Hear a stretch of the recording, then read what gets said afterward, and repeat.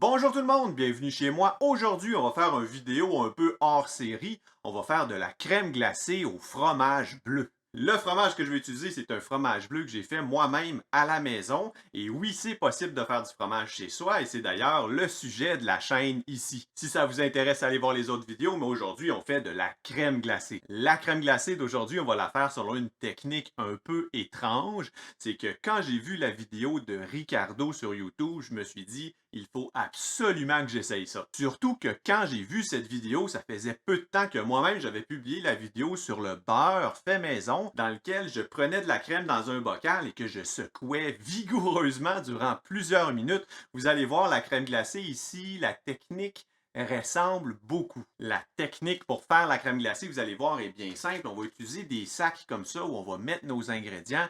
On va brasser ensuite, je vous montre. Question d'éviter les accidents, on va mettre deux sacs l'un dans l'autre. Comme ça, s'il y en a un qui déchire ou qui perce, au moins on n'aura pas notre crème glacée partout. Et à la fin, vous allez pouvoir les réutiliser, les sacs, s'ils sont encore en bon état. Mes deux sacs, je vais les placer dans un récipient. Dans les sacs, je vais mettre la crème et le lait, même quantité, 80 ml ou un tiers de tasse. La crème, la crème que... Parler avec la crème dans les mains, jamais une bonne idée. On va mettre ça ici en premier. J'allais dire que la crème que j'utilise, c'est une crème à fouetter. Donc, dans votre portion de la planète, cherchez une crème que vous utiliseriez pour fouetter. Deuxième ingrédient, on va mettre du lait, même quantité comme j'ai dit, 80 ml, un tiers de tasse. J'ai même pas parlé, puis j'en ai renversé un peu. Prochain ingrédient, le sucre. On va ajouter 15 ml ou une cuillère à table. Dans mon cas, je vais prendre du sirop d'érable, mais vous pourriez utiliser du sucre blanc granulé en poudre, je ne sais pas comment l'appeler, du sucre blanc comme ça. Mais moi, j'en mettrai pas, je vais prendre du sirop d'érable, je vais voir le sirop d'érable avec le fromage bleu, qu'est-ce que ça va donner. Ça, il ne faut vraiment pas que j'en renverse par terre. Ouh! Excellent! Prochain ingrédient, et c'est tout à fait optionnel, bien entendu, le fromage bleu, je vais en ajouter environ 20 grammes. On va voir ce que ça va donner. Mon fromage bleu a 4 mois, il est un peu sec sur le tour. Donc, pour ma crème glacée, je ne pense pas que les morceaux plus secs se marieraient bien avec. Donc, je vais prendre les morceaux qui sont plus au centre, qui ont encore un peu de crémeux. Je crois que sous la dent, en crème glacée, ça va être mieux.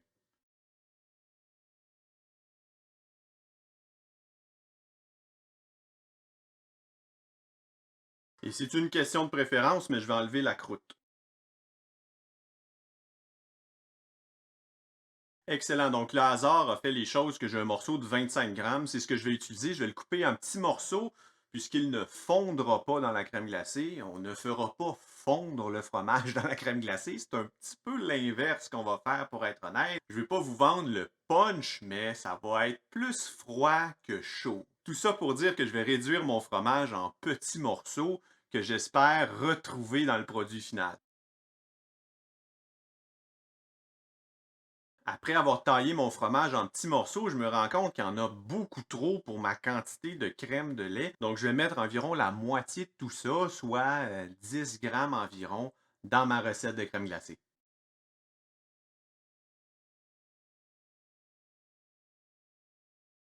Prochaine étape, j'ai un autre sac du même type, refermable, mais avec de la glace cette fois-ci. Je vais faire la même chose pour éviter des accidents, mettre un des grands sacs dans un autre grand sac. Mon grand sac de glace est maintenant doublé. Et dans notre glace, on va ajouter du sel pour faire fondre la glace, mais sans perdre la température.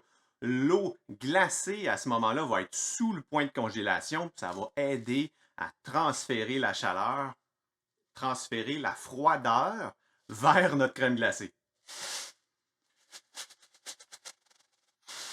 Le sel, j'en ajoute environ une poignée. Bon, ça a tout tombé par terre, bien entendu. Je vais refermer, bien important, mes petits sacs. Évidemment, voyez tout ça comme une expérience amusante à faire pour vous-même ou avec des enfants. C'est pas la façon la plus optimale de faire de la crème glacée. Grand sac, petit sac, et voilà. On ferme bien le tout. Et maintenant, et c'est ce qui m'avait fait beaucoup rire quand j'ai vu la vidéo de Ricardo, on brasse. On brasse une dizaine de minutes.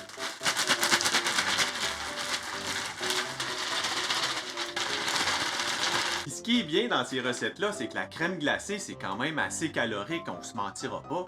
Donc, faire de l'exercice en faisant sa crème glacée, il me semble que ça fait plein de sens.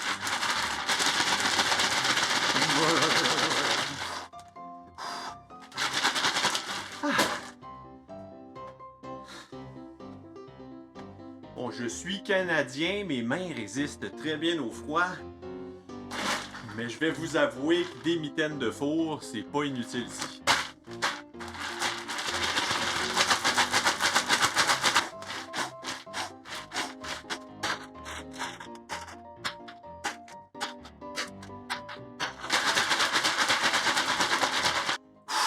Alors Ricardo, je sais pas si c'était une blague que tu faisais dans ta vidéo, si ça marche vraiment, mais ça m'étonnerait pas qu'au montage, à la fin, t'aies fait une coupure et que t'aies remplacé ton mélange par de la vraie crème glacée. Si c'est le cas, je vais t'en vouloir. En tout cas, de mon côté, si la crème glacée à la fin devient de la crème glacée au chocolat, ce sera un petit indice. Biceps.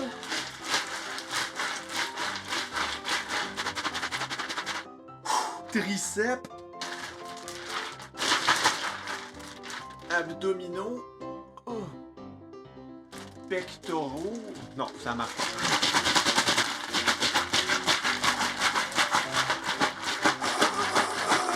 1, 2, 3, 4, 5, 6, 7. Le muscle qui travaille le plus, c'est le petit muscle du pouce qui garde les mains serrées. Dans les commentaires, si vous connaissez le nom de ce muscle-là, pas que ce soit vraiment pertinent pour la recette, mais pour le bénéfice de tout le monde, mettez-le, je vais épingler le premier commentaire. Ouais, la condensation qui se forme, ça rend le tout glissant en plus.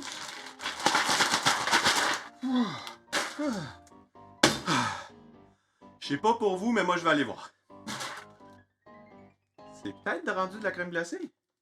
Moment de vérité.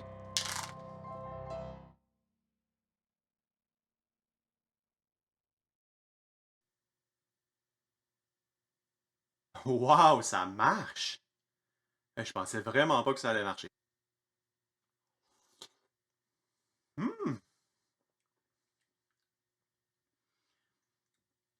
Elle est super onctueuse. Là, j'avais des morceaux de fromage bleu. Je m'en allais presque oublier qu'il y avait des morceaux de fromage bleu. Je m'attendais à, je sais pas pourquoi, une crème glacée à la vanille. Ça fait drôle comme sensation parce que la crème glacée est très fondante, crémeuse, et tout d'un coup, on a un morceau de fromage qui reste et qu'il faut mastiquer. Je goûte très peu le sirop d'érable. Le fromage bleu prend vraiment le dessus.